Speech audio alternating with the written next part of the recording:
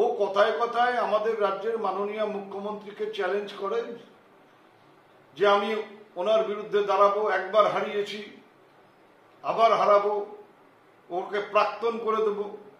তা আমিও ওকে চ্যালেঞ্জ করছি, যদি দম থাকে, ও যদি নিজেকে বড় বিজেপির নেতা বলে মনে করে, ওর ক্ষমতা থাকলে 2026-এ যেন দিনাটা বিধানসভা কেন্দ্রে এসে ভোটের লড়াই করে, তারপর জামানতটা নিয়ে যদি ফিরতে পারে, তখন বুঝবো যে ও সত্যিকারের বিজেপি বড় নেতা।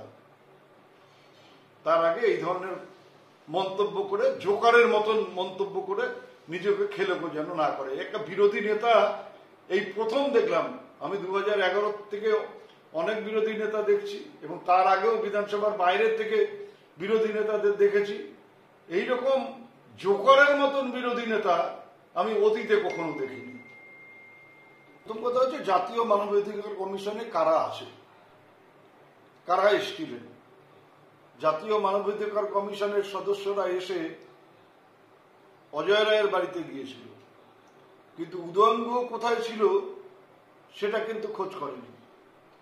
ভোটের ফলাফল বেরিয়েছিল 2রা মে।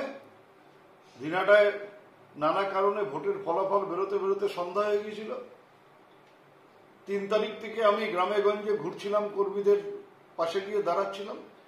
6 তারিখে আমার উপর আক্রমণ হলো, আমাকে হাসপাতালে ভর্তি হতে হলো। 8 তারিখে সকালবেলা আমি বাগডোগরার থেকে প্লেন ধরে কলকাতায় চলে গেলাম, অপারেশন হলো, 1 মাস আমাকে ওখানে থাকতে হলো। আর জাতীয় মানবাধিকার কমিশন এসে আমাকে একেবারে দুষ্কৃতিকারী বলে আমার গায়ে সিল লাগিয়ে দিল। তো ওই ধরনের মানবাধিকার কমিশনের বক্তব্য আমাদের কাছে কোনো গুরুত্ব নেই, বা সাধারণ মানুষের কাছেও কোনো গুরুত্ব নেই। এখন শুভেন্দু অধিকারী না জেনে না বুঝে আলগা মন্তব্য করার ক্ষেত্রে ওর কোনো জুড়ি নেই।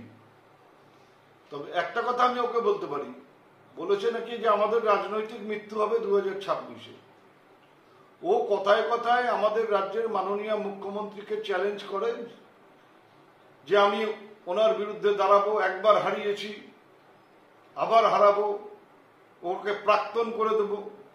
তা আমিও ওকে চ্যালেঞ্জ করছি, যদি দম থাকে, ও যদি নিজেকে বড় বিজেপির নেতা বলে মনে করে, ওর ক্ষমতা থাকলে 2026-এ যেন দিনাটা বিধানসভা কেন্দ্রে এসে ভোটের লড়াই করে, তারপর জামানতটা নিয়ে যদি ফিরতে পারে, তখন বুঝবো যে ও সত্যিকারের বিজেপি বড় নেতা।